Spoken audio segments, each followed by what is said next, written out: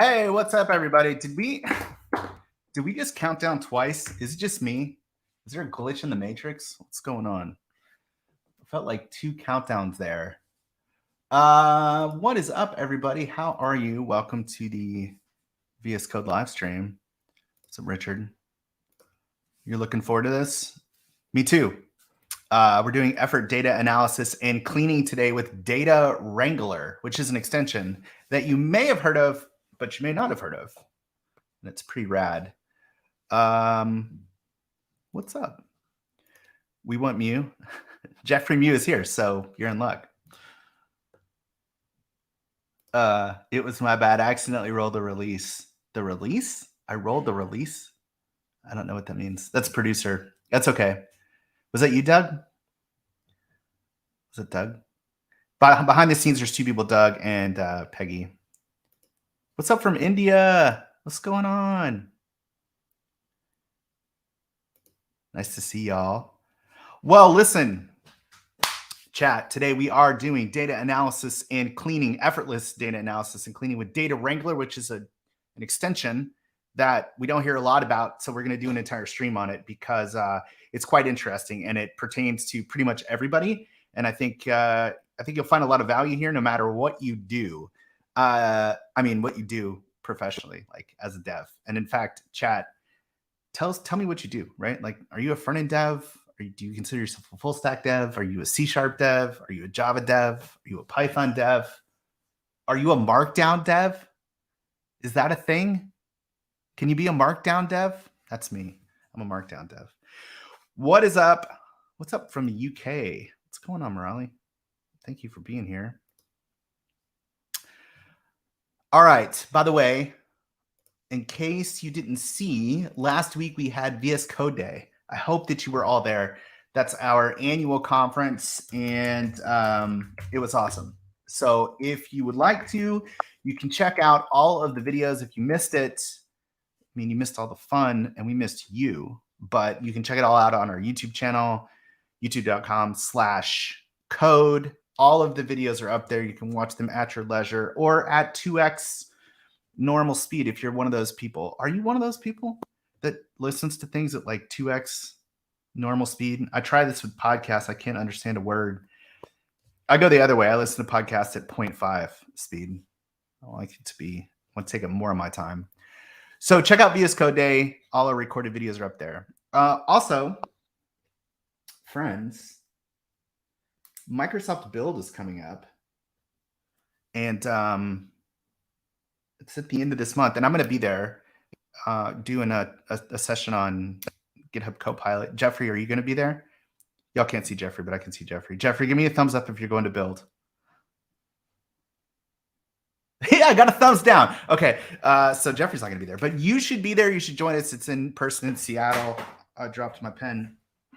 It's the first time back in 4 years, and it's going to be awesome. So I hope if you can make it, right? If you can convince your boss or your company to get you out there, it's going to be a big deal. AI is a big deal. You may have heard. So hopefully we can see you at Build. All right, y'all. It is Thursday, and that means TikTok Throwback or Throwback TikTok. It's one of the two. I don't know, whichever one it is. If you're ever working with multiple instances of Visual Studio Code, sometimes it gets confusing which environment is for what. Just download and install the Peacock extension, select Settings, and under Workspace, specify what color you want your environment to have, such as green, and now it's easier to distinguish your environments. There we go. A lot of people use Peacock, very popular extension. And now with profiles, you can just set it per profile, which is pretty nice. Okay, so with that, let's get to the point of why I called you all here today, which is effortless data analysis and cleaning with Data Wrangler. Data, the most exciting subject in the world. Please welcome to the stream, Jeffrey Mew. What's up, Jeffrey? Hey, Brick. Hey, everyone. And I know I asked you this before, but for chat, should chat call you Jeff or Jeffrey? Some people feel strongly about this stuff. Yeah, I feel like ironically, I'm one of those people that doesn't really care too much. So I actually have been trained all my life to respond to both. So whatever you say, I'll be there. But I noticed you put Jeffrey in your lower third. Right. So It's my legal name, so I had to go with the legal name. fair enough. Jeffrey, where do you work? Yeah. So coincidentally, I work at the same company as you, Burke. I work. Yep. I work as on the AI and data science tooling for VS Code team, which is why I'm here showing off Data Wrangler, which is exactly a Python data science and AI tool.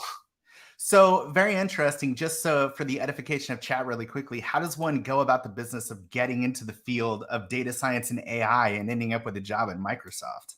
Yeah, that's a great question. I'd say I did a few internships in the data science field. I kind of like dabbled my toe. I was like originally a software engineer, so I was trying that. I was trying some PM skills, so trying some like data science and AI stuff. And I felt like at least the intersection of PM and data science and AI really spoke to me. And I interned actually on this team at Microsoft, right? So I actually came back for full time. So kind of a cool story about like how I ended up back at the same place that I interned as well. Very nice. So you came in via internship. Yep, exactly. Awesome. All right, y'all. So get yourself an internship at Microsoft. I don't know, how do people do that? You just apply. You apply, right? Yeah, for sure. Yeah. Somebody told me the other day, they said, I think we were doing a TikTok live, and they said, I'm not going to apply because it'll never pick me. And I said, no, do it. Apply, because you never know. I've seen people picked from all over the place. Look, the worst you can hear is no. And that's not a bad thing to hear. You're no worse off than you are now. Apply for an internship. Okay, that's not why we're here, Jeffrey. I'm sorry. A bit of a tangent. We're here to talk about data analysis and cleaning. It's not something that I would say is a particularly exciting subject, but it's something that we all have to do. And certainly I remember doing a ton of it at my job prior to Microsoft when I worked in retail. And we had a ton of data that came in from our retail locations. So we spent a lot of time doing this. What is Data Wrangler and what are we doing today? Yeah, you kind of hit the nail on the head right there. So as basically every data scientist knows, things like exploratory data analysis, data cleaning, prepping your data set for the model are things that everyone has to do. But it's the most time consuming and as from what we've seen as well, the least enjoyable parts of being a data scientist, right? During your job, someone will often tell you like, hey, we have this data set, go tell me if there's any patterns in the data so we can use it to predict X or something. And more than 50% of that time is just spent cleaning that data and making sense of that data. Leaving less than 50% of the time doing like some of the more important modeling and data analysis work, the more glamorous work, as some people would say as well. So would you say this is only for data scientists, or is this applicable to everybody? Yeah, so this is more applicable to just anybody working with something called tabular data. So that's something like if you have like a spreadsheet in Excel, right? Or you just want to make sense of Pandas data frames, just anyone working with any sorts of data. You don't have to be a data scientist, right? It can also be a useful learning tool, as you'll see in a little bit as well. But it's just basically anybody working with tabular data, which is basically data you can put into Excel. This tool is amazing for. Yeah, absolutely. And I think every developer knows what it's like to work with the data set, and it's either not in the right form, or you don't have it's not the right data type, or you're trying to join data together and you get the final data set, or you got to clean it, you got to transform it, and that's tedious. So let's take a look at Data Wrangler and see what it does for us. For sure. And yeah, this is just something, again, like we heard a lot from data scientists in VS Code, which is why how Data Wrangler was born. And as you mentioned, right, hopefully some folks in the call have heard of it, but you may have not heard of it because it was just released less than a month ago. So it's kind of fresh off the press, freshly released the VS Code extension marketplace. So just a quick highlight. So Data Wrangler is a free exploratory data analysis and data cleaning extension for VS Code. It puts all of your data into an interactive Excel-like interface, which you'll see just in a moment, essentially making it easy to play with, interact with, manipulate with via the UI to get more additional insights on your data. But the key bread and butter of it and why it's in VS Code is it will automatically generate Python code for you as you explore and manipulate your data. Oh, really? Yeah. Code generation. That's kind of like, okay. Exactly. Right. Yeah. So you'll see exactly how this works, but the goal of it is to speed up this redundant and time-consuming process, as you mentioned, just making it more interactive, making it more fun for data scientists out there. Awesome. Yeah, but before I get started with the demo, I'm just quickly and do the deep dive on Data Wrangler. I just want to quickly talk about how you have to get set up. Firstly, of course, you'll need your favorite editor VS Code installed, as you see I have here. Then you'll need to go to the extension marketplace on the left-hand side and just search for the keyword data Wrangler. It should be the first one that pops up here, and you'll know it's the legit one because it's made by Microsoft. And just install that, and that's all you'll need for to get started with Data Wrangler. So when you actually first click install for the first time, I already have it on my machine. You'll get shown what is our welcome page for Data Wrangler, and it has everything you need to actually successfully get started with Data Wrangler. So just go through all the steps you'll need. But for this stream, I'll just be walking you through like a quick demo of what you can be doing. And I'll be using the sample Titanic data set, which we also offer built into the extension. So if you folks want to follow along and have the extension installed, if you don't want to find the data sets yourself or you don't have anything to test with, you can just use the built-in default Titanic data set. By the way, I'm following along as you do this because For sure. I've never used this extension, so I'm curious. And it looks like it's in preview. Yeah, it's in preview right now, but it's in a stable state, so which is why we pushed it to VS Code stable marketplace, and we've already had it up for like around almost a month now. We've seen tremendously positive feedback on it, which is why I want to show it off to folks as well. Okay, perfect. Yeah, so once you actually have Data Wrangler installed, like I mentioned, you'll show this welcome page, and I'm going to be using the Titanic data set here for this demo. But if you actually want to bring your own data set to it, it's super simple. So if you have any tabular formats of data sets, so you can see in my Explorer page, I have a lot of different CSVs I'll be testing with.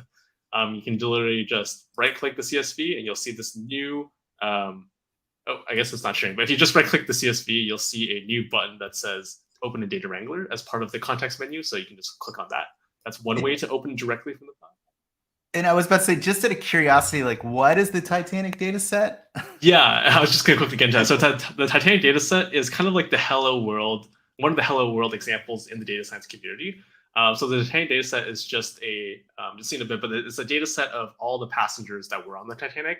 And it contains a lot of information about them, like their name, their age, what class they were on the Titanic, obviously if they survived or not, just a lot of this useful information. And it's a really great learning tool or starting data set for data scientists to just play with, trying to get some analysis with. And it's like the Hello World of the community for data science, if that makes sense. Gotcha. Okay. So that's how you can open it from a CSV file. But if you actually, the cool part is its integration with Jupyter Notebooks. So I have just a notebook open here, and I have again the Titanic data set loaded. But if every time you do a df.head, which is one of the more common, like I think it's the #1 most common Pandas API, apart from obviously CSV, you'll see this new launch data wrangler button built in directly into the Jupyter Notebook. So anytime you print out like a table or tabular format, you'll see by default it just gives the Pandas or Jupyter version of it, which is just a small snippet of it. It's non-interactive. It's just to see what's there. But we have this hook and add-on now that anytime you have the Data Wrangler extension installed, you'll see this launch Data Wrangler button. So this also will get you into Data Wrangler too. And in a Python cell, right? Yeah, in a Python cell. Yes, correct. Okay. Yeah, so let's just jump in directly. So like I mentioned, I'll be using the Titanic data set here, and it comes with the extension just as the Hello World example. But you'll see once Data Wrangler is actually launched here, so you just saw it launch super quickly. You have a completely isolated sandbox environment for you to explore and try out various data cleaning operations without the fear of overwriting the original data set. One of the issues that we've seen from folks is, hey, if you're cleaning your data in a notebook, you always have to create like a new variable or do something with it because you might accidentally delete some data you might not want to do, right? It's exploratory data analysis for a reason because you don't really know what the data is and you don't really know what these effects are going to be. So we want to put this in a sandbox environment such that you can kind of go away with your heart's intent without any fear that you're going to do something wrong, if that makes sense. Because everything will be undoable. Nothing is binding until you actually save it at the very end. So where for really large data sets, this is all like just in memory? It's not in a file somewhere? Yeah, so right now we're using Pandas as the backend engine. So anytime that you can, any data frame size or dataset size that you can load in Pandas in your own notebook on your machine, it should be able to be loaded here. But we are, I guess a sneak peek, but we are adding some PySpark and sampling support in the future as well in one of our future updates. So that should even support larger data frames that won't be able to be handled. But right now, we're just supporting Pandas data frames and CSVs to make it simple. All right, awesome. I've got it open here on my side. I'm on the same screen that you are, so I've made it at least this far. Yeah. So I'll just quickly walk you through. Like, it might be a little bit. Everything looks like slightly different because we just jumped in from a notebook into here. But I'll just quickly walk through just like some of the UI elements so everyone can get quickly familiar. But the first thing that you'll see on the screen, just front and center, is what we call our data wrangler grid. Here you can get the full values of the data set. So you saw in just the notebook, if you kind of like did a df.head, you'll see just like a small window, just only 5 frames, and it's kind of like non-interactive. But in Data Wrangler, you can kind of scroll to your heart's intent. And as you mentioned before, even if you had a large, million row data set, this would effortlessly load. You can just scroll up and down it. So it makes it easier to see exactly all your data all in one place at a glance. The most important parts I would actually say are actually what appears at the headers of each of these columns. So it's what we call our quick insights. It's roles that give you the most important information about your columns just at a glance, right? These are the things like the column data type. So if you can see some of these symbols here, if I hover over it, it'll tell you what it is, like object, most likely a string. You can see things like a numeric. So it tells you it's a number column. I don't know if I have any other column types here, but different column types will have different symbols here. The other really key pieces that basically every data scientist will know is we show the number of missing and unique values. So we can see any problematic columns, any missing values you want to deal with, you can just go with here. And then the key cool part is we actually show some visualizations as well. So if you have like a distribution, maybe this age column is a really great example. You can kind of see the distribution of ages on the Titanic data set as well. Or if you have like a frequency or like some categorical column, you can kind of see like the frequency of certain elements that appear in the data set as well. Wow. So I didn't realize so many of the people on the Titanic were really between the ages of 16 and 30. Right. Yeah. I think also life expectancy was probably lower back then. So maybe this was probably the norm or like mid 40s, 50s. Yeah. I don't know. Like no, it's the 20s, right? Like when was the Titanic? Oh, yeah. Was it? Yeah. I think the 1910s, 19. I could be wrong. So Chat, I'm not a historian. Chat, Yeah. Google 2 things while we're doing this. Tell us, when did the Titanic sink? And 2, what was the life expectancy at that time? Because now I'm curious as to, was the Titanic just like full of young people? Was it like a spring break cruise? Because it kind of looked like that. And actually, you'll see as I do some more analysis, you actually get to know, we'll actually answer a lot of interesting questions that maybe you probably never thought about the Titanic data set too. So 1912. Okay, so 1912, you were closest, Jeffrey. I believe you win. You said 1910. All right. And then look up the average life expectancy, chat. I'm saying, what is it today? What is it, like 76-ish average life expectancy-ish? Well, you can see here, even tells you the min and max. So we can see the oldest person on the Titanic was only 80 years old. 80 years. Okay. So, well, I mean, but that's awful. I mean, 80 years old to be on a cruise that long and that far. 51. The life expectancy was 51 in 1912. Yep. Wow. I didn't realize it had increased that much between 1912 and today. Holy smokes. Yeah, modern medicine, gotta think. No kidding. All right. Okay. So then, but we're still skewing lower than the average life. That's the average life expectancy, though. So I guess we kind of are right at the midpoint, aren't we? Exactly. Yeah. Okay. Yeah. So just to continue quickly on. Yeah, so we sorry had about that. no worries. Yeah. Thank you, we saw the quick insights here. The next part of the screen now, I'll just kind of show is the if you look on the left hand side, it's what we call our operation panel. This is kind of like I mentioned, the bread and butter. So within Data Wrangler, we have a bunch of built-in operations, many built-in ones. So you can kind of see here's just a few samples, like you can drop missing rows, drop missing columns, etc. And then here's where you can actually perform the data cleaning with these. So here's where you're actually going to select your operations. You'll be able to see the direct effects of the operations on the data. And again, I'll get into that soon, but I just want to quickly highlight some of the UI elements so people are familiar throughout this. Can you zoom in just a tad, Jeffrey? Oh yeah, sure. There we go. I'll just zoom in a little bit for this. Yeah. There we go. So the next part is right to the right side of it is what we call a summary panel. So it might be on the left-hand side when you install it first, but we actually recommend dragging to the right-hand side just to make it cleaner, nicer, easier to use, especially because in VS Code, all the panels are resizable. So this is at least how I like to set it up. But if folks want to set it up differently, they can choose that themselves. That's the secondary. You put it in the secondary sidebars, but I put it in the secondary side. Yeah. Okay.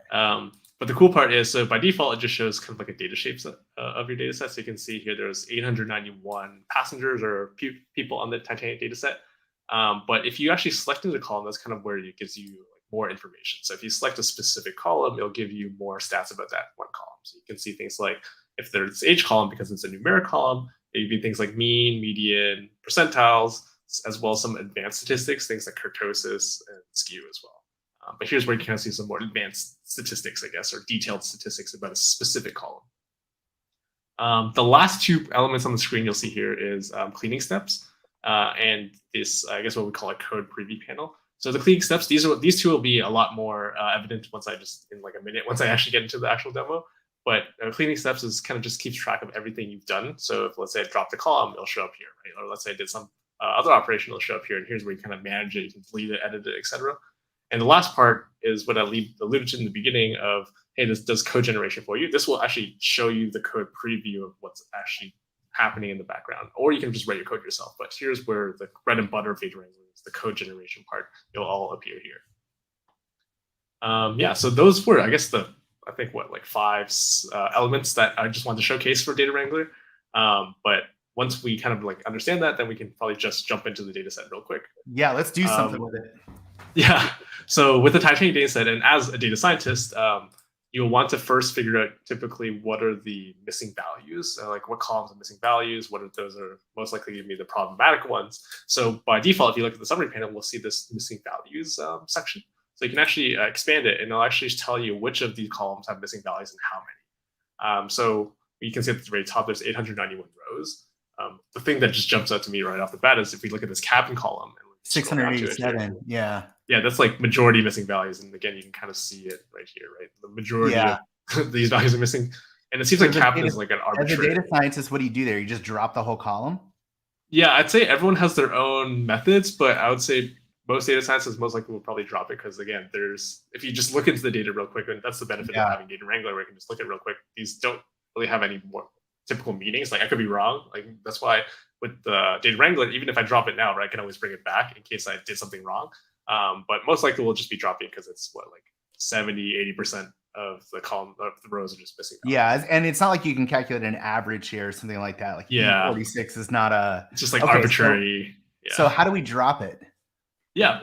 So like you saw earlier, there's like some operations inside. We can just do a drop there. But we built in some of the key ones that are the most common ones, like into the actual column itself. So if I want to drop it, I can just bring up the context menu here, and then I can click drop columns.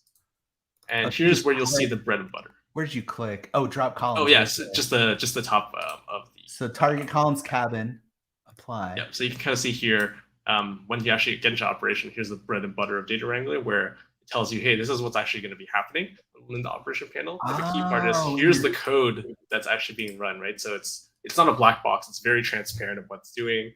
So you kind of trust that Data Wrangler will do the right job, if that makes sense. Because there's some other tools out there. It's keeping track. It's got like an audit of what you're doing to the data set. Exactly, okay. Yes. Okay. And the best part is most people here, if you're familiar with Git, you'll see this is very like Git-esque, where you can kind of see like a diff of your preview, right, of your change before you actually want to commit it. So maybe you did something wrong. Maybe you selected drop columns, probably not the best example, but if you did like a filter and you picked the wrong value, it'll show up immediately here. So you get like, this is the Git preview or the Git diff before you actually choose whether to apply it, or maybe you did something wrong, you can discard it. So here, everything looks pretty good because it's a simple drop. So I can just click apply. And now you see the drop column shows up in the cleaning steps. You can kind of see, hey, this is what I just did previously, and here's how I got there. So now you can see the cabin column is now gone, and there's no more missing values there. Very cool. So, quick question from I think it's Natalie. I hope I said that right, Natalie. Is it possible to export quick insights of a given column, like putting in a slide and presentation? What do you mean by quick insights, Natalie? Like just the. Oh, I think she means the top. Yeah, the columns visualizations. They mean the column visualizations at the very top. So these ones. Yeah, could you do that real quick? Because I agree, that's kind of that's pretty useful. Yeah, that's actually a great question. So just because we've just released it right now, we don't have that capability, but it's right on our backlog. So if you follow Data Wrangler, one of the upcoming releases, you'll hopefully get to see that actually that feature built out. So right now we can't export this, but it will be in one of the future ones. Right now we can purely export the code and cleaning steps, but hopefully you'll see the actual ability to export visualizations in one of the upcoming updates. All right, what are we doing next?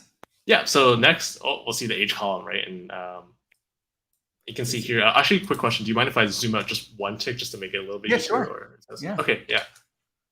So just so you can see a little bit more of the data for this demo, but so you can see here, age has like 177 columns, so it's not too. It's like a decent amount, but age is really important because here we're trying to. I think we want to look at the data set to potentially predict like what are some factors of how folks survived on the data set, right? Right. So here we can see age has like 177, but it's pretty important, so I don't think we would just want to drop them. So we have different operations built into Data Wrangler that instead of just dropping them, we can compute the value. So let's actually go into the operation panel and search missing, and you'll see here are some of the operations we have. So we can do drop, like I mentioned, but we'll probably just want to fill it with some custom value here. So here you can select.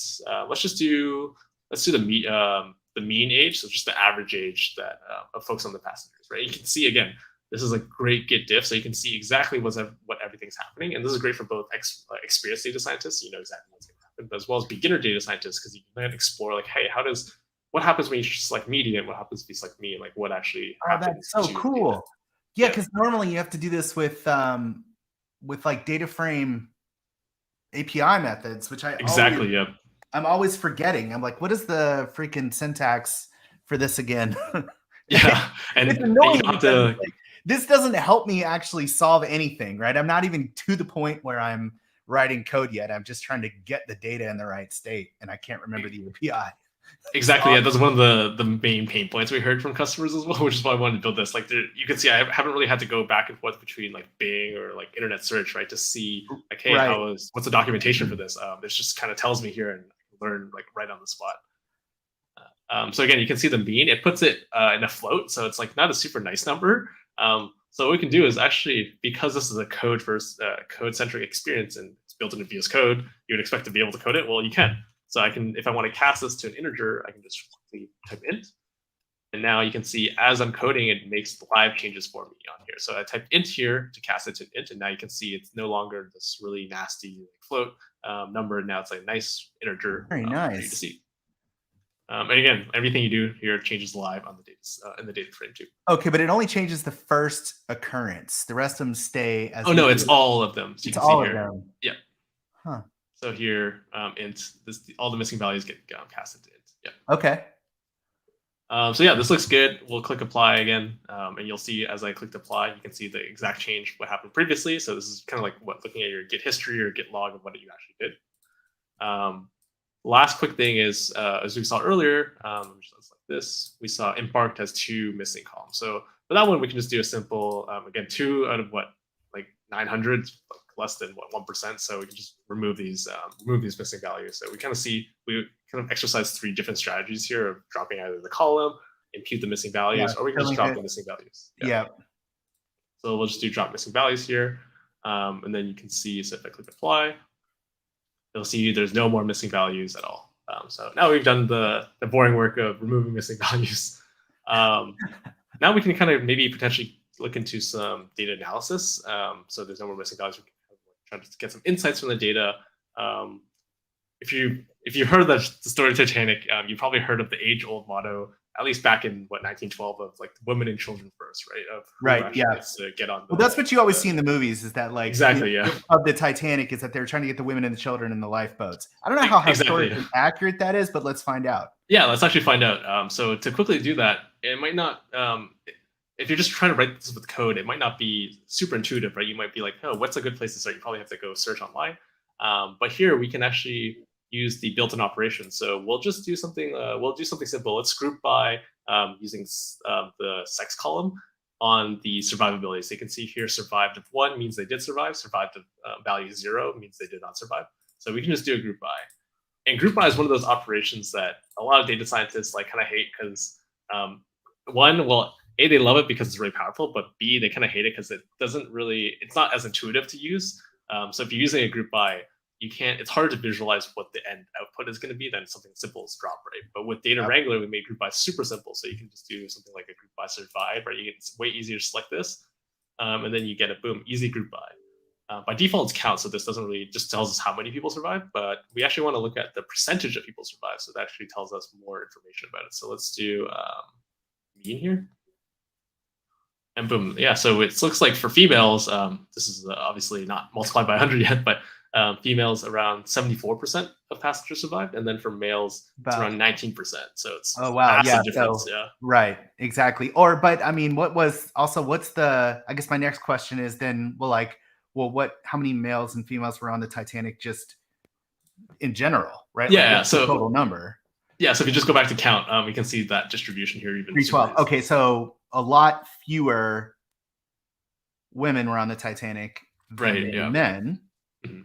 Okay, so that would affect that percentage somewhat, right? I'm trying to do data science now. Yeah, it would definitely have some effect somewhat, but I think just the stark significance of this, because I don't think we're going to look into correlations like that this soon, but just stark significance of this, I think, is just shows that, hey, we'll probably want to keep this sex column because it definitely has some effect on this, right? We don't know exactly what. Absolutely. So I think we got so folks join the stream as we go, Jeffrey, and they're saying, what do these different colors represent? At the top, the green and red, these are the diff, right? Yeah, so it's a diff. So green are columns that are going to be added.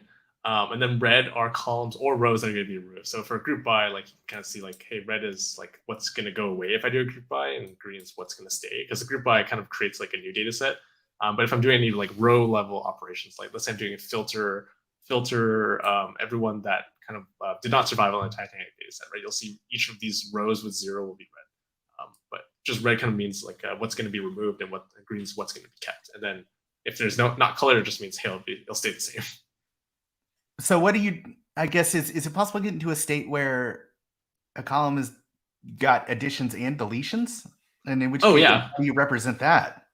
Yeah, so that's pretty simple. So it'll just be, like I mentioned, it's row-wise. So for example, like a filter could be a good operation. Gotcha. A filter might not add anything, but that row will be highlighted green, or that row will be highlighted red, or that row just won't be highlighted if nothing changes. So it could happen column-wise or row-wise. Gotcha.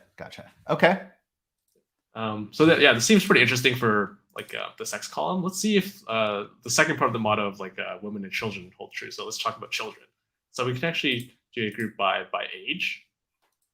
But you kind of see age is like not a really consistent number, right? It's like it's every single possible age. You can see there's like floats, or there's not whole ages. So to make it a little bit nicer, we can actually just modify it through code. I actually know this really cool Pandas operation, which is kind of groups them into buckets of n, or how many buckets you want to give it. So I can just do PD, which is stands for pandas. I'll do cut. So it's essentially cutting the data set into chunks. So I'll do, let's see here. I'll set it to groups of 5, just as an example to make it easy. So this, you can see here now I'm chunking each of the age ranges into 5 equal age ranges. And now it gets a lot easier to see. I can change this to any value, but it just shows 5 because it makes it kind of each life stage of a human. Let me just zoom in really quickly for this one, because this might be a little bit small. But you can kind of see, here's for each age range, here is the survivability percentage. So from ages 0 to 16, so more of the children, teenager phase, you can see it's 55%.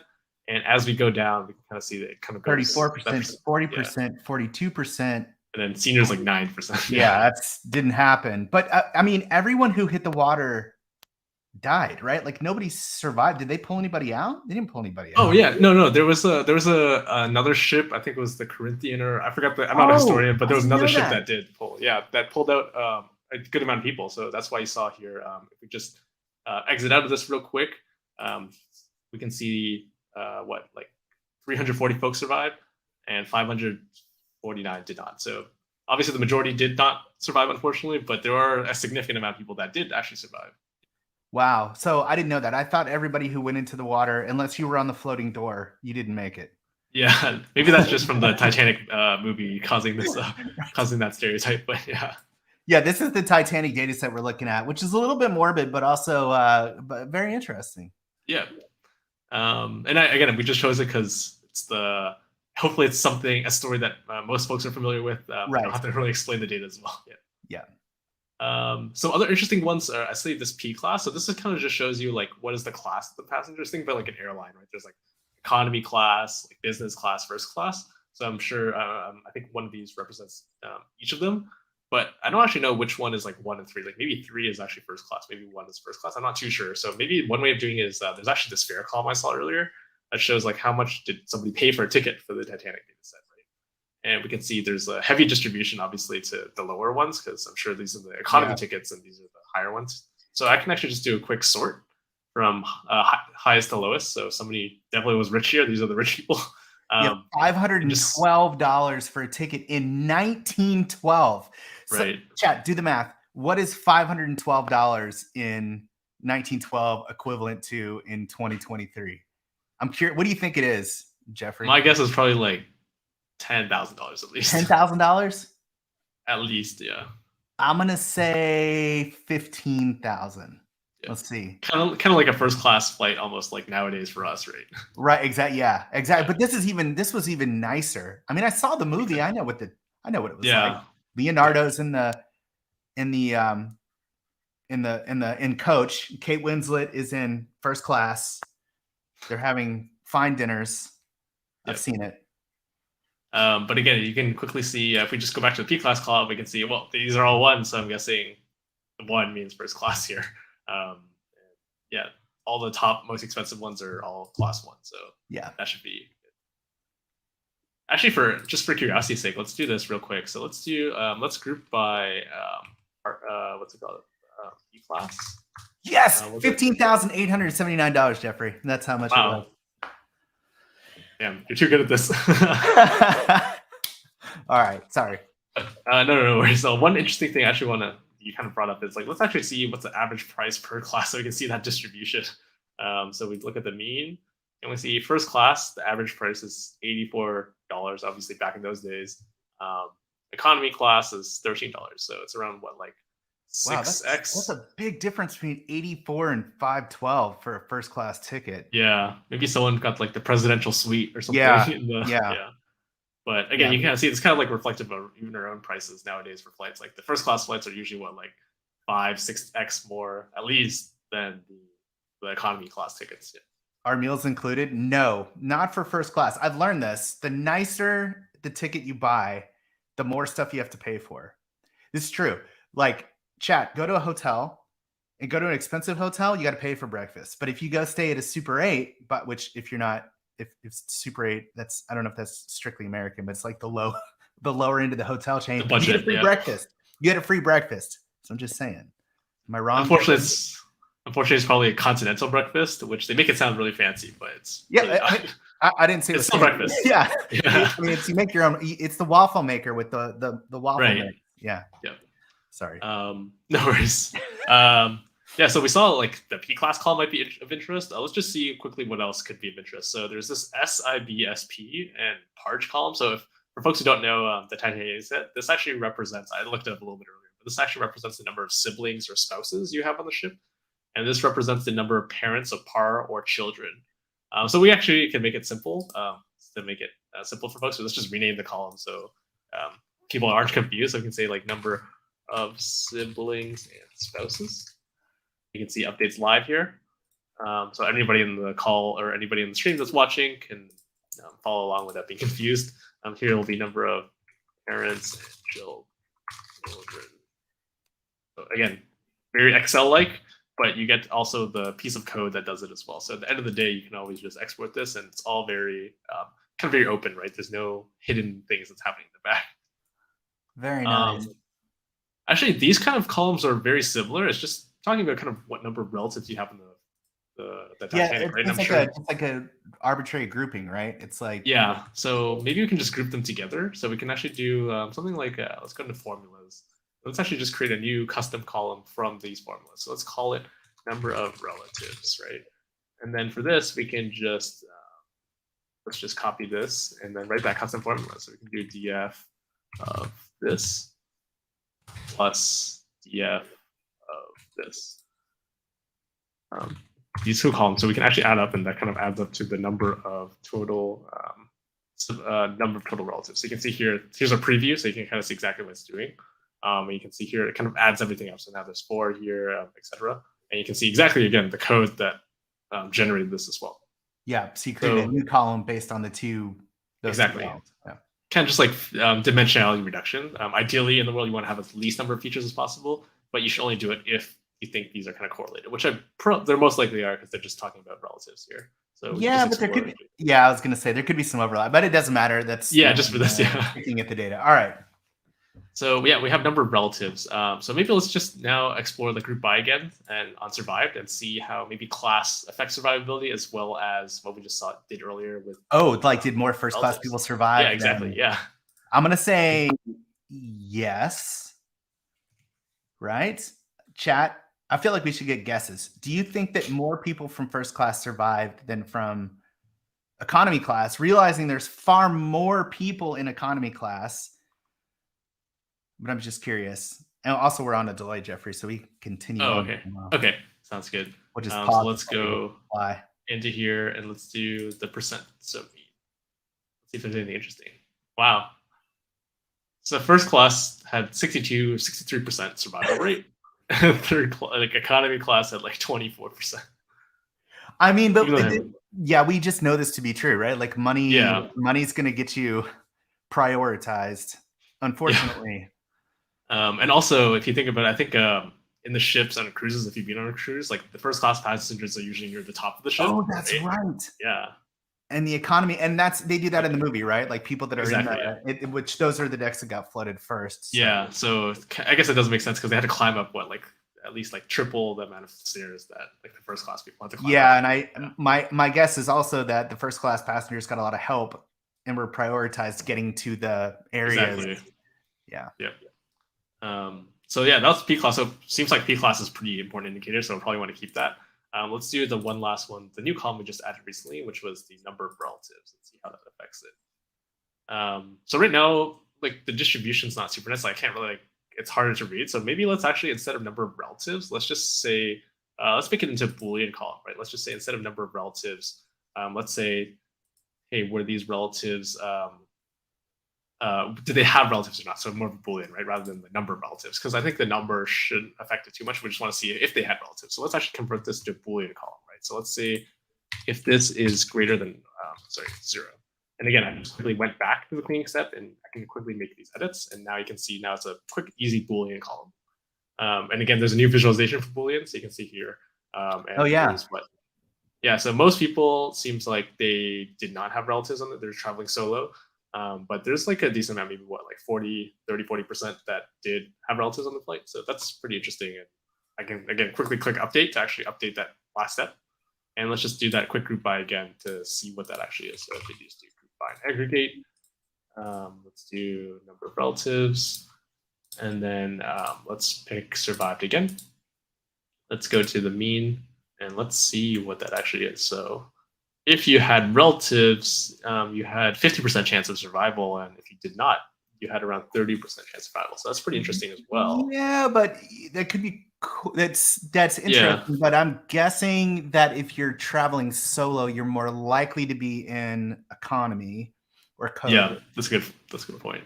Yeah, versus family is more likely to be in first class, I would think. But and I'm guessing the women and children first can hold true as well, right? Because if you're most that's likely true. Your parents on board, right? If you're a child, so yeah, I guess this kind of makes sense too. But I think this just also shows that hey, this is number of relatives is going to be a factor in this.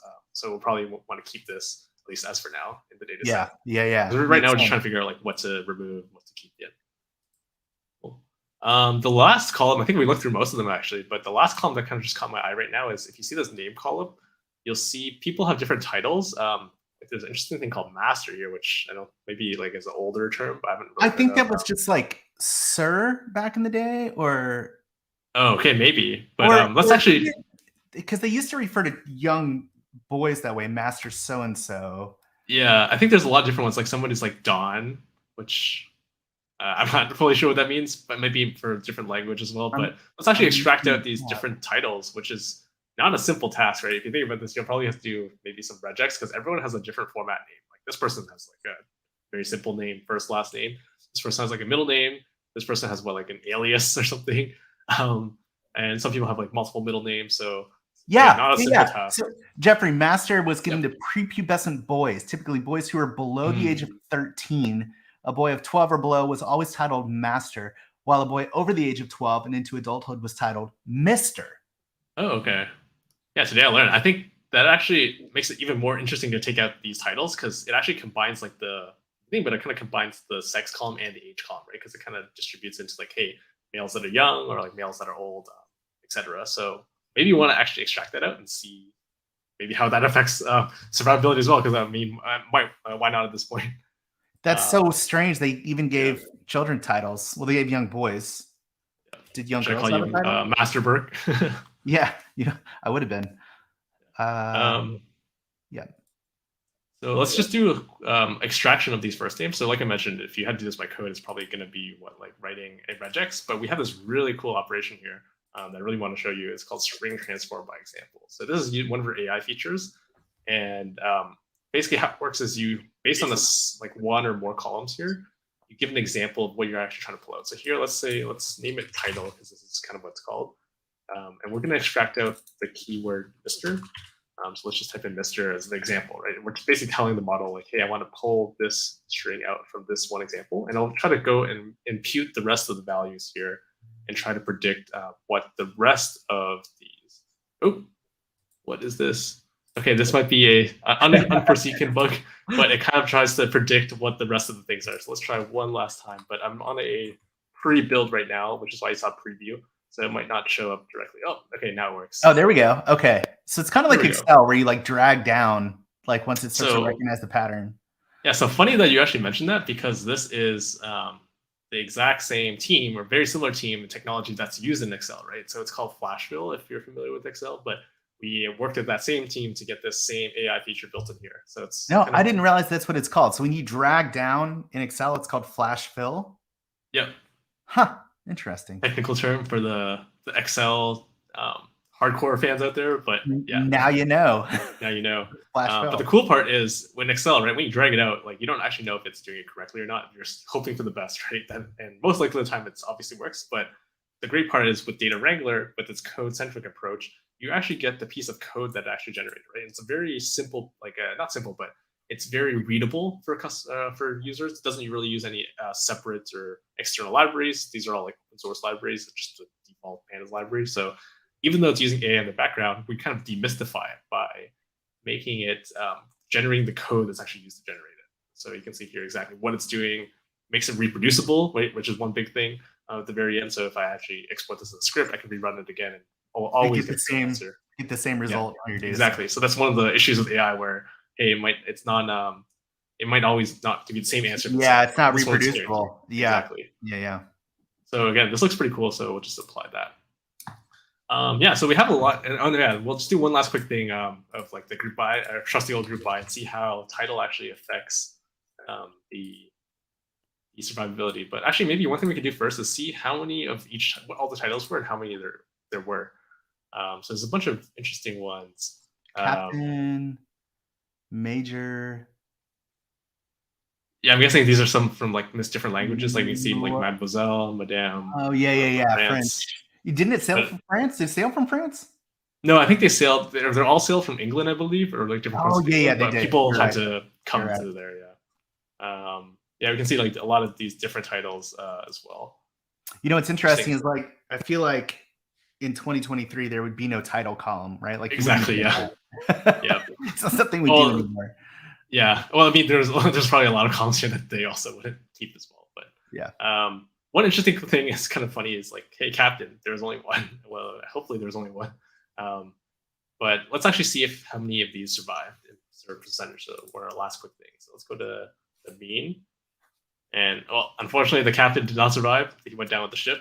But let's see some of the ones. So like doctors had what, 42%. Mrs. had 70%. Okay, yeah. Which we would Mr. makes sense as well. Like if we looked at it before. That seems. Yeah. I think if we actually had a little more time, we'd probably filter out all the ones that only had like one-off titles, right? Because I don't think that would have too much of an effect. But for some of the like more common ones like Mrs., Miss, Mr., etc., probably keep that because I think you can definitely see some sort of correlation or some effect it has on survivability. So is it possible to export all Python code generated? I think this is what you said, right? That you can export all of it so that it's reproducible. Yeah, so we're actually getting near to the end, so I'll actually showcase some of that as well. So kind of, you see there's like a lot of steps here, but what's really nice is you saw it generated a lot of code, right? But we actually put it first in a kind of human readable format. So kind of at a glance, you can easily see what it did without having to read through the code. So you can see like, hey, previously we did like a string transform by example, and that was to extract a title. We did things like we created that new column, we renamed some of the columns as well, we dropped some missing values. So it's really great to see all these things. So you can always see the intermediate step as well as the piece of code that was used to generate it. But you can also see this preview code for all steps button. So here's like a quick preview of everything you've done. And again, you're not meant to actually edit or do anything here. This is just a quick preview. When you actually are done with the data set, we have a few export options at the very top. So at the very top here, you'll see we have 3 different export options every time you have enter Data Wrangler. So we have export to notebook, because we know data scientists love notebooks. So if you click on this, a new notebook will be generated. And again, because this is in VS Code, you can, right now side by side, I'm zoomed in, but you can kind of like drag this anywhere you want. You can save this notebook and you can see it. Not only does it just dump the code, but it puts it in an extremely nice, like clean function, right? So you can see here, every function or every operation is commented out. So you can see exactly what it did. It also does a copy of the data such that it's not manipulating the real piece of data, right? This is what I talked about earlier, where if I did something wrong, or if I did something that deleted my data, I don't have to worry because this is on a separate kernel as the one of the notebook.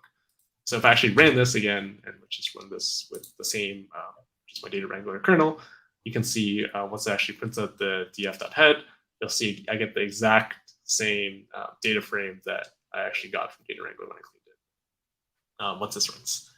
So boom, yeah, you can see this is the exact same one. You see I extracted the title column, you see that there, and now that's in the notebook, right? I can just do anything I want with it. So maybe I'm done cleaning, I want to go do some model training, model building, right? I can import sklearn or something and pass this data set there. Because it's pure code, I can share this with anybody, right? They don't need to have data wrangler installed, but hopefully they do. But I can just share this with anybody. I can save this to GitHub as well. But because the artifact or the thing that's generated at the very end is pure code, it makes it super easy to share. It's maybe very extensible as well. Yeah, it's very cool. So that's that. And then also, let me just click on save. You can also export as a CSV if you want. So if you just want to save as a direct CSV file, or you can actually just copy all the code, right? And if maybe you want to work with a Python script, like somebody mentioned in the chat, you can just create like a new Python file and that will paste it there. Yeah, so that's kind of like a quick highlight of Data Wrangler. One really quick thing I just want to showcase before we wrap it up a little bit is once you actually export the code, right, every single time you do like this df.head or print out a df, you'll see this launch Data Wrangler button. So what this kind of means is like, you don't actually have to do everything all in one. This kind of invites for exploration. So you can kind of jump into Data Wrangler, right? Just with one click, jump back to the notebook, maybe do something that doesn't involve data, right? With some code. Then you jump back into Data Wrangler, jump back out. So it's kind of like a companion with the notebook rather than like a separate tool, which is why we want to build it directly into notebooks. Obviously, if you want to work with your own data set, data frame, you can just launch it directly, like as I did here. But if you want to work with notebooks, as we know, data scientists love notebooks, you can just quickly jump back in, export the code as you saw here, right? Export it back out, and then you'll see a button also below. I haven't run this yet, but you'll see a button also that says launch Data Wrangler. I can just jump back into Data Wrangler. So I can continue with what I was doing. So I have 2 questions based on that then. So you can jump in and out. Can you remove a step in the history? Like, can you just say, actually, I don't want to do that. I want to roll that back. Exactly. Yeah, that's a great question. So you can see here, if I just hover over one of the steps, you'll see this delete button. And then if I want to get rid of like this title one, I can just click delete. And can you rearrange the steps? So that's something that's in our backlog right now. Okay. We just wanted to get that. That's why it's still a preview. But we think the value that at least this preview still brings, as you hopefully saw in this video or the stream, is just so great that you'll stick with us until we get to those features. Well, I hope people will. I think there's a lot of great comments in here that people want to use this right away. I want to use it too because you can do so much here without even writing any code at all. In fact, part of me wants to just wants a button that's like generate a scatter, right? And then like put a line of least regression on it, right? Like exactly, yeah. We're halfway to a full visual tool. Can it generate PyTest code? So currently at the moment it does not, but we are like the team that works in Data Wrangler is one of like the sister teams to the Python extension team. So this is definitely something that we can just talk to their team about. This is directly integrated with both the Python and the Jupyter extension, so it understands both of them. So it's something that we can easily add if we see like these feature requests from you all. Awesome. All right, so let's throw the link back up to Data Wrangler one more time, which you can install today. A free extension for Microsoft, written by Jeffrey in his free time on the weekend. No, I'm just kidding. So you're the PM on the Data Wrangler team? Yeah, I'm actually the PM owner, and one of the folks that actually, so just for as a cool fun fact, Data Wrangler was actually started by me and 2 other folks on the team as like a hackathon project, like almost a year ago, because we were doing a hackathon on the team, and we just saw there was so much value in it from testing at customers that we built a whole team around it and turned it into a product in 60 years. So this Data Wrangler was actually built by an entire team of engineers that we have on the Data Wrangler team, and I'm just the PM that I guess just oversees it. Well, thank you so much for joining us, folks. We do have to run. We're almost at time here, but thank you so much for joining. Thank you for your questions. And Jeffrey, thank you for joining us. Everybody download Data Wrangler and come back here next week for the next VS Code live stream next Thursday at 10 a.m. Central Time, 8 a.m. Pacific. We will see you there. Thanks, Jeffrey. All right, thanks, Brick. Thanks, everyone.